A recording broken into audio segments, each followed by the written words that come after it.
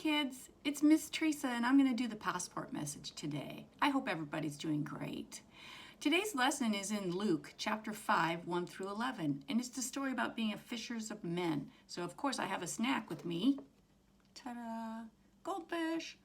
And when I eat goldfish, I do think about this story. So let me go ahead and read you the story, and then we're going to talk a little bit about what it means to be fishers of men, okay?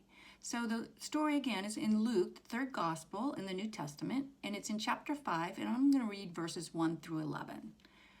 One day, as Jesus was standing by the lake of Gennesaret, preaching to a crowd of people, he saw two boats on the seashore. He got into the boat, which belonged to Simon, and taught the crowd of people from the seashore. When Jesus was done teaching, he told Simon to put his nets into the water to try to catch some fish. Simon had been fishing all night and had not caught any fish, but he listened to Jesus anyway and put the net into the water. When Simon did this, the net became so full of fish that the net began to break. He had to call a friend to help bring in the nets and the fish. Simon was amazed by all the fish they had caught and was embarrassed because he knew that he was a sinful man. He told Jesus to leave because he knew that he was sinful and didn't deserve all of the fish that they had caught. But Jesus told Simon and the other men that they would become fishers of men. When Simon and the other men heard this, they parked their boats and left everything they had and followed Jesus. So what do you think it means to be a fishers of men? I think that Jesus was God's message of love to the world, and that we need to share that love with everyone we come in contact through our actions and our prayers. So let's think about how we can be fishers of men. And I have to tell you a story. I think that I love to teach Sunday school and I love to be around you kids, and that's a gift from God. And I continue to share that with you because that's what I think God would want me to do. But I also think there are times when I have to be fished. Yeah, can you believe that? So I'm going to tell you a story. I've been in Tucson, Arizona for the last 3 weeks because my daughter had a baby girl, the day after Christmas.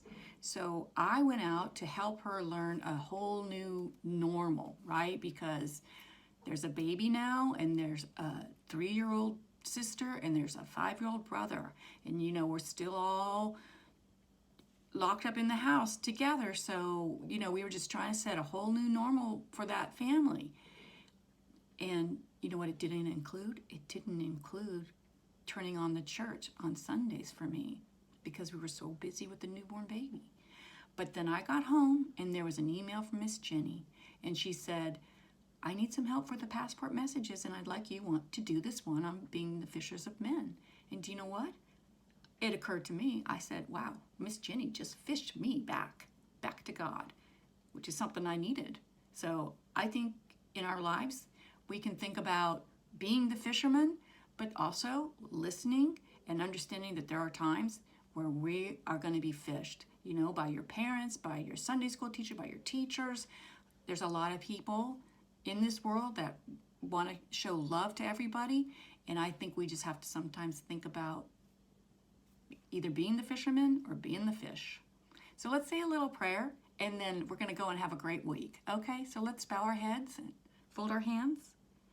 God of love, you want the whole world to hear the message of Jesus.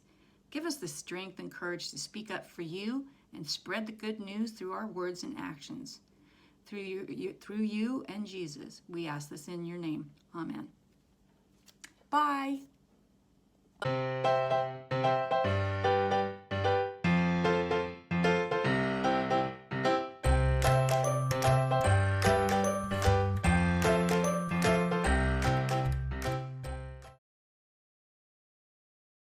Good news. Good news. Good news.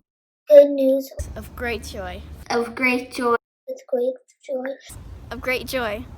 For all people. Of people. For all people. Let's get to work. Let's get to work. Now let's get to work.